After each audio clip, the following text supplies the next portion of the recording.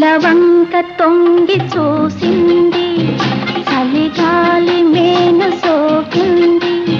చిరునవ్వులలో కచెలి కాడు పలుక నిలువెల్ల వెళ్ళి విరిసింది. నెలవంక తొంగి చూసింది.